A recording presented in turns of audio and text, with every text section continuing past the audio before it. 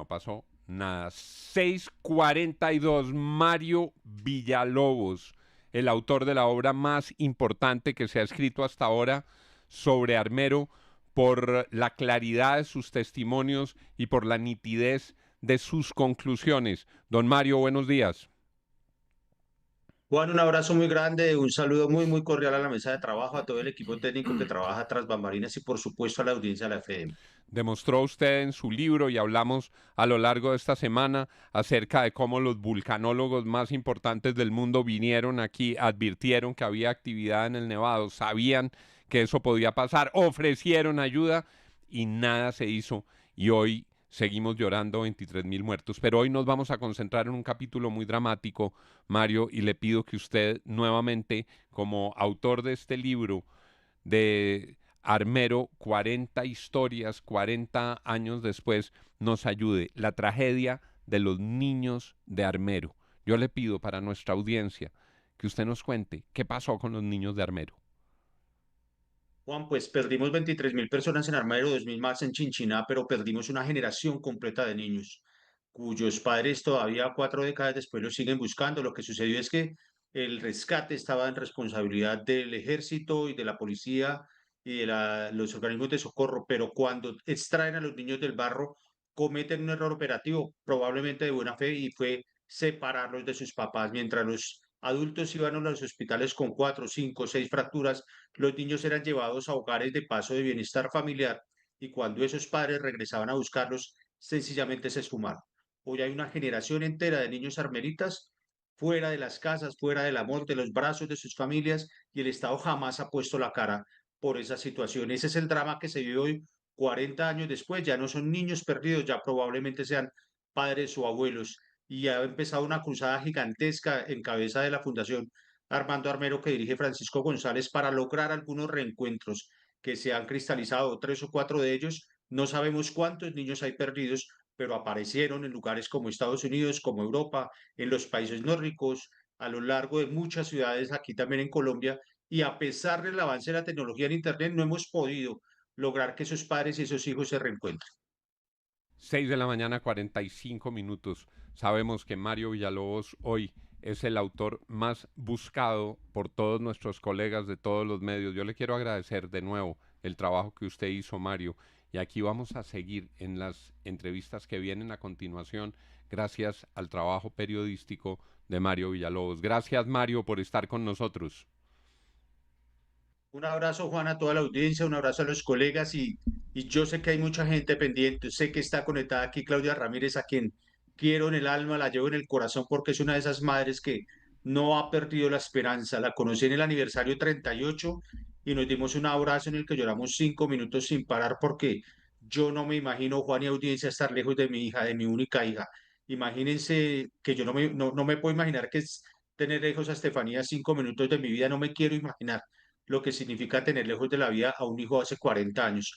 Un abrazo muy grande, estamos conectados, y el mensaje siempre, Juan y audiencia, es: Armero tiene que volvérsenos un propósito de país. Los niños perdidos tienen que ser un propósito de la sociedad colombiana, y vamos a lograr que esos niños regresen al seno de sus hogares. Un abrazo para todos. Muchas gracias, Mario. Claudia Ramírez. Claudia tenía 23 años cuando la avalancha de Armero arrasó con su familia y desde entonces busca a su hijo. Claudia está segura y nada es más contundente que el amor de la madre y el corazón de la madre. Claudia está segura de que vio a su hijo en la televisión pocos días después del desastre. Claudia, gracias por estar con nosotros. Hola, buenos días. Gracias a ustedes por la invitación. Eh, Gracias, Mario, por tus palabras y por unirte a esta cruzada que llevamos nosotras, las familias que tenemos nuestros hijos perdidos desde hace 40 años. Como bien lo dice Mario, eh, fue una tragedia que rebasó el Estado, y por lo tanto el manejo de los menores no fue el adecuado.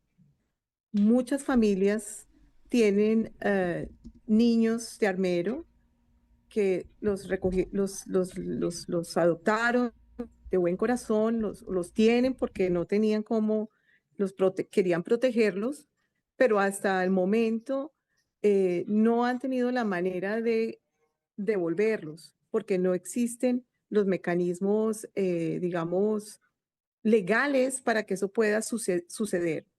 Entonces, el llamado es a eso.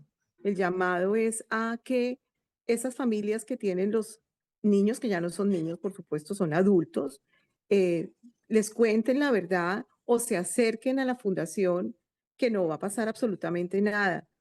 Desde mi corazón, yo solamente tendría agradecimiento con esas personas que los acogieron, porque yo conozco muchas historias de familias donde estos muchachos crecieron muy bien, amados, rodeados de cariño, con estudios, y simplemente es que nunca tuvieron una manera de poder regresarlos a sus familias originales y biológicas porque nunca existieron los conductos regulares para este tipo de situación que se generó en Armero.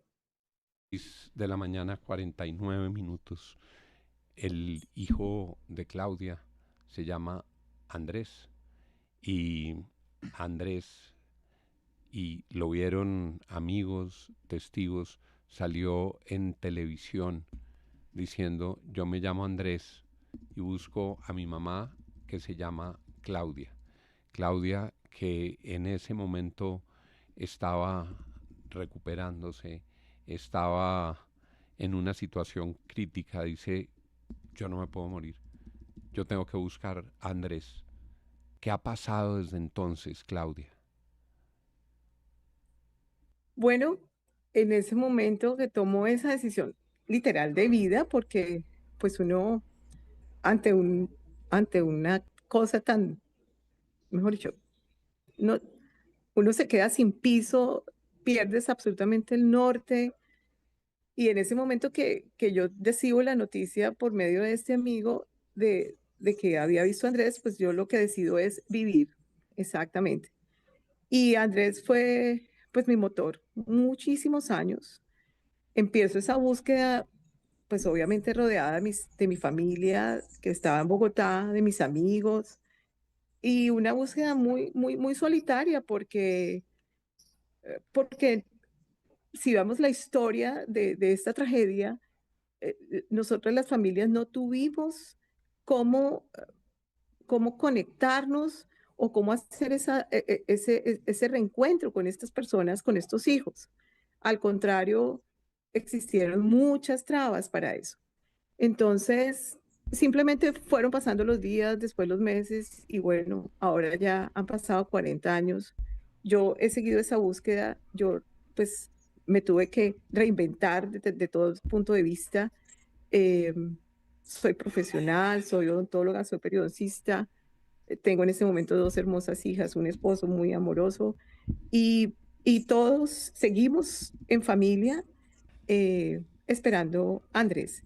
Pero también ha sido un propósito de mi vida, como he encontrado, he buscado, sé historias, eh, también es un propósito de mi vida lograr que otras familias encuentren a esos hijos, porque me he convertido como en esa vocera de esta parte de la tragedia que no ha sido contada. Solamente hasta ahora, pues, con el trabajo también de Francisco desde la Fundación Armando Armero, que ha hecho un trabajo periodístico también muy respetable, es que esto ha salido a la luz.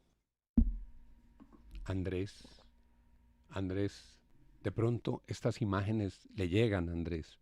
Estamos haciendo esta entrevista porque Claudia no se rinde y porque Claudia, como ustedes la han escuchado, continúa buscando a su hijo. Y por eso cada vez que puede sale para seguirlo buscando, pero de pronto, Claudia, para que Andrés la encuentre a usted. Claro, de pronto estas palabras le pueden llegar a Andrés. Ese es mi anhelo. Eh, exponerme no es fácil. eh, Requiere mucha fortaleza de mi parte porque, como lo dice Mario, eh, bueno, eso es indescriptible. Los que somos papás lo sabemos perfectamente.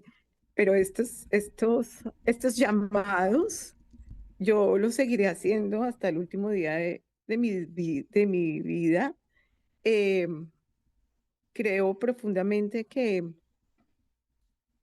tengo esa certeza en mi corazón y, y bueno, la esperanza es lo Do- único que uno no debe perder. Don Yo Azuri, no la voy a perder.